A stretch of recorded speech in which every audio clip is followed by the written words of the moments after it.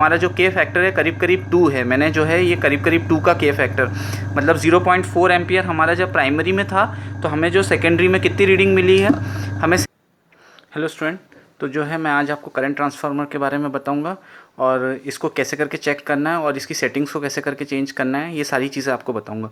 तो student video को start करते हैं। तो स्टूडेंट ये करंट ट्रांसफार्मर है। इन करंट ट्रांसफार्मर्स का यूज़ जो है हमारे कंट्रोल पैनल्स के अंदर कई जगह पे करंट को मेजर करने के लिए यूज़ होता है।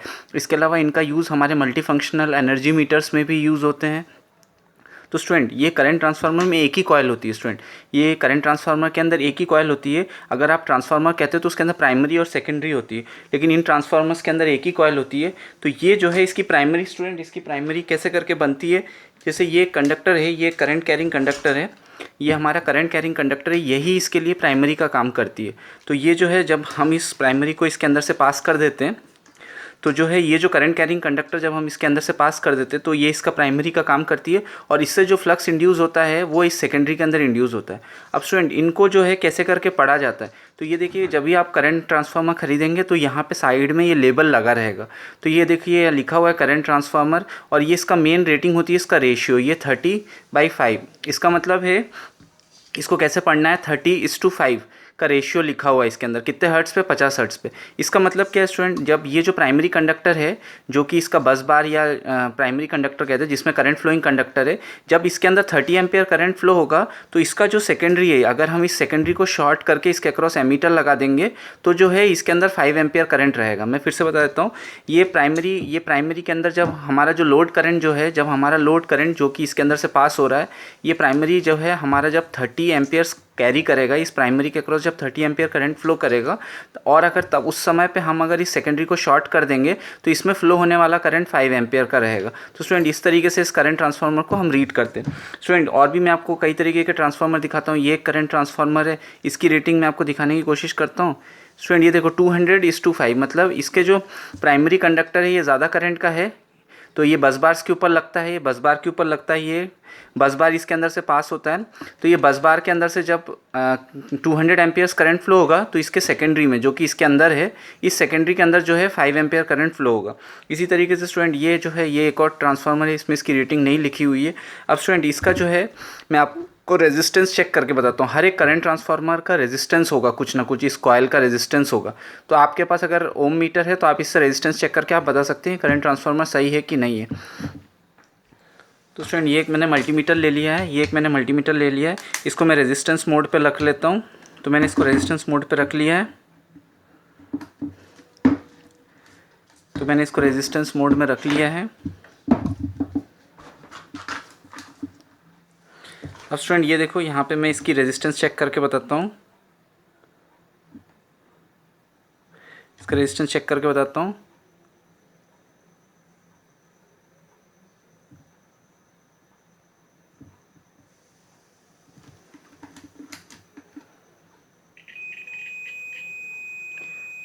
तो इसका रेजिस्टेंस करीब करीब 3 ओम 2 ओम करीब आ रहा है, 1 पॉइंट समथिंग ओम करीब आ रहा है इसका रेजिस्टेंस। तो स्टूडेंट इस तरीके से जो है आपको ये करंट ट्रांसफार्मर को चेक करना है, इसके सेकेंडरी का रेजिस्टेंस। अब स्टूडेंट मैं आपको ये करंट ट्रांसफार्मर्स आपको दिखा देता हूँ। स्टूडेंट ये आपका प्राइमरी हो गया, ये आपका प्राइमरी हो गया, और ये आपका सीटी की कॉयल हो गई। तो ये बस बार के अंदर से जब करंट फ्लो होगा, इस बस बार के ऊपर से जब करंट फ्लो होगा तो यहाँ से जो है आपको सेकेंडरी में करंट मिलेगा। अगर आप इस टर्मिनल को शॉर्ट करोगे तो यहाँ पे जो है करंट फ्लो होगा। तो स्टूडेंट ये हमारा करंट ट्रांसफार्मर हो गया। अब स्टूडेंट ये इस तरीके के बहुत टाइप के आते हैं, अलग अलग साइज़ और शेप्स के अकॉर्डिंग टू करंट रेशियो के अकॉर्डिंग। तो ये बहुत तरीके के करंट ट्रांसफार्मर्स आते हैं। ये मैं आपको डायग्राम में दिखा रहा हूँ यहाँ पे इमेज के थ्रू। ये कई तरीके के करंट ट्रांसफार्मर्स आते हैं, ये सारे के सारे करंट ट्रांसफार्मर्स है। और इसमें जो है प्राइमरी जो है करंट कैरिंग कंडक्टर इसके थ्रू पास होगा। अब स्टूडेंट इसमें जो है एक सेटिंग होती है, मान लो स्टूडेंट ये सेटिंग इंपॉर्टेंट है, ये आप देख लो। ये सेटिंग क्या है स्टूडेंट, जैसे मान लो आपको करंट ट्रांसफार्मर रेशियो आपको 300/5 एम्पियर का मिला।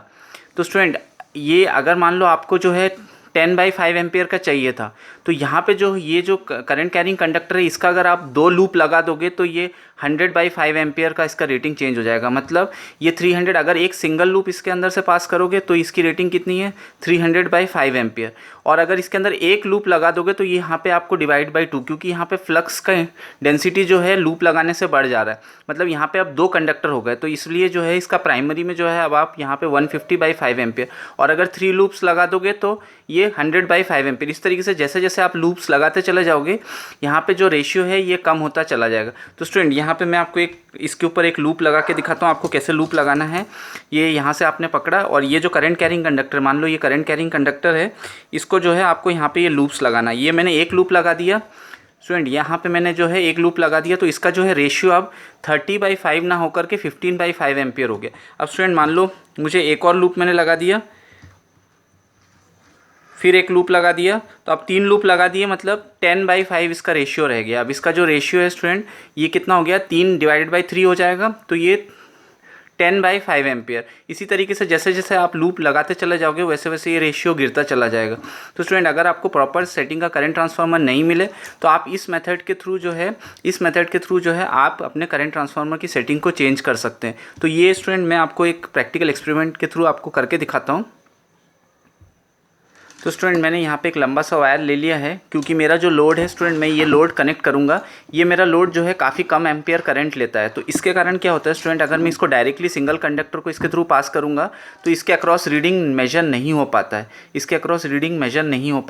इसीलिए मैं इसके करंट ट्रांसफार्मर की रेशियो को जो है कम करूँगा। और मुझे रेशियो को कम करने के लिए मैंने आपको मेथड बता दिया है। जो लूप यहाँ पर आपको लूप्स इंसर्ट करने पड़ेंगे, जो करंट कैरिंग कंडक्टर है इसके लूप्स इंसर्ट करने पड़ेंगे। तो स्टूडेंट लूप्स बनाने के लिए सिंपल सा तरीका है, आप यहाँ से लो और यहाँ से जो है आप लूप्स बनाना चालू कर दो।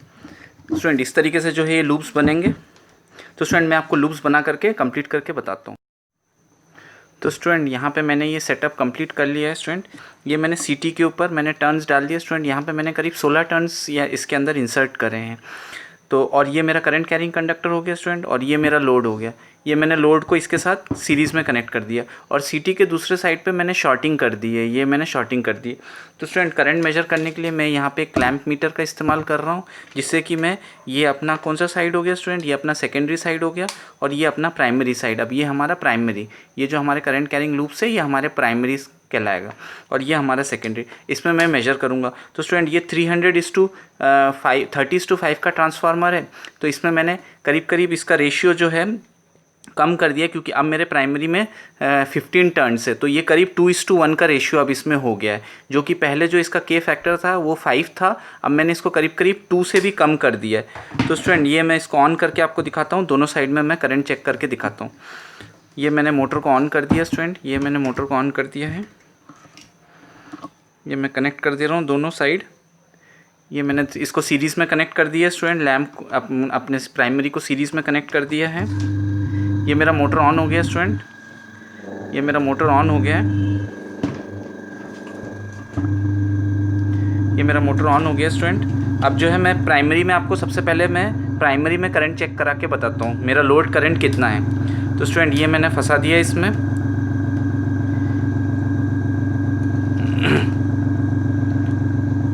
तो स्टूडेंट यहाँ पे मैं दिखाने की कोशिश कर रहा हूँ। करीब करीब स्टूडेंट देखो ये 4 से 0.4 मतलब 400 से 500 मिली एम्पियर, 400 से 500 मिली एम्पियर करंट के बीच में हमारी रेटिंग दे रहा है प्राइमरी में। मतलब हमारा जो लोड करंट है वो इतना है। अब सेकेंडरी में मैं करंट चेक कराता हूँ। तो स्टूडेंट इसमें अब मैंने शॉर्टिंग कर दी है तो करंट फ्लो हो रहा होगा स्टूडेंट। अब मैंने यहाँ पे कर दिया है, ये देखो स्टूडेंट करीब करीब 0.8 आ रहा है, मतलब जस्ट डबल आ रहा है हमारे प्राइमरी का करंट, और इसका करंट जस्ट डबल है। इसका मतलब है स्टूडेंट करंट रेशियो मैंने करीब करीब इसका 2:2 हमारा जो के फैक्टर है करीब करीब 2 है। मैंने जो है ये करीब करीब 2 का के फैक्टर, मतलब 0.4 एम्पियर हमारा जब प्राइमरी में था, तो हमें जो सेकेंडरी में कितनी रीडिंग मिली है, हमें बहुत कम एम्पियर करंट मेजर करना है तो आप क्लैंप मीटर ना यूज़ करके डायरेक्ट एमीटर यूज़ करें, क्योंकि इसमें रीडिंग जो है थोड़ा बहुत प्लस माइनस इधर उधर होता है आप जैसे मोटर को हिलाओगे। तो स्टूडेंट यहाँ पे मैंने के फैक्टर इसका चेंज कर लिया। तो स्टूडेंट इस तरीके से जो है आप किसी भी सीटी का के फैक्टर अगर आपको नहीं मिल रहा है मार्केट में, तो आप किसी भी सीटी का के फैक्टर जो है आप अपने अकॉर्डिंग चेंज कर सकते हैं, ये प्राइमरी में टर्न्स को इंसर्ट करके। तो स्टूडेंट ये मेरा आज का वीडियो था। अगर वीडियो अच्छा लगा हो तो प्लीज़ लाइक और सब्सक्राइब करिएगा।